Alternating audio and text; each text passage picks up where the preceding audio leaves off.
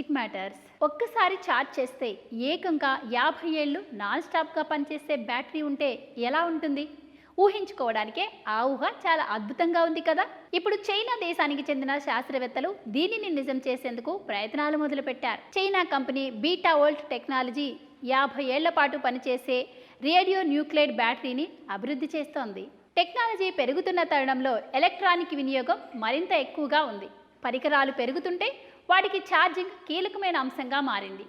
దీంతో నిత్య జీవితంలో ఉపయోగించే దాదాపు అన్ని పరికరాలకు ప్రతిరోజు ఛార్జింగ్ పెట్టుకోవాల్సి వస్తుంది.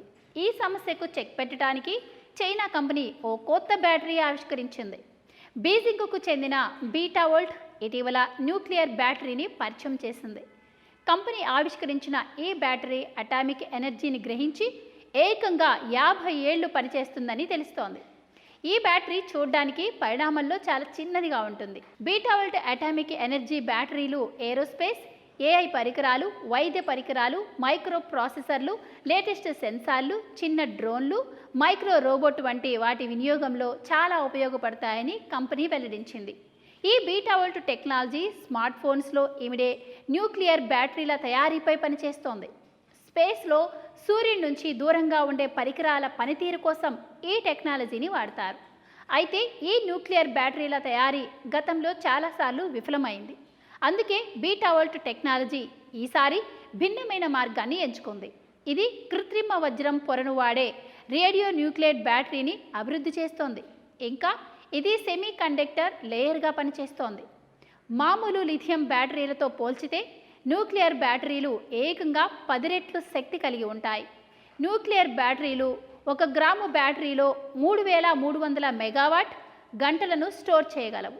ఇక ఈ కంపెనీ ఇప్పటికే BG1 అనే వర్కింగ్ మోడల్ను తీసుకొచ్చింది. 100 మైక్రోవాట్ల విద్యుత్తును కూడా అందిస్తోంది. 2025 నాటికి 1 వాట్ పవర్ అవుట్పుట్ని ప్రొడ్యూస్ చేసేలా తయారు చేయనున్నట్టు సమాచారం. ఈ బ్యాటరీ రేడియేషన్ వల్ల మానవ శరీరానికి ఎలాంటి ప్రమాదం ఉండదని, ఫేస్ మేకర్ల వంటి వైద్య పరికరాల్లో కూడా సులభంగా ఉపయోగించవచ్చని బీటా వోల్ట్ వెల్లడించింది. బ్యాటరీ లేయర్ డిజైన్ కలిగి ఉండటం వల్ల ఆకస్మికంగా పేలే అవకాశాలు లేవని చెబుతున్నారు. -60 డిగ్రీల సెల్సియస్ నుంచి 120 డిగ్రీల సెల్సియస్ వరకు ఉష్ణోగ్రతలను తట్టుకొని ఈ బ్యాటరీ పనిచేస్తుంది. ప్రస్తుతం కంపెనీ ఈ బ్యాటరీని టెస్ట్ చేస్తూనే ఉంది. ప్రభుత్వాల నుంచి అవసరమైన అన్ని అనుమతులు లభించిన తర్వాత ఉత్పత్తి ప్రారంభమవుతుంది.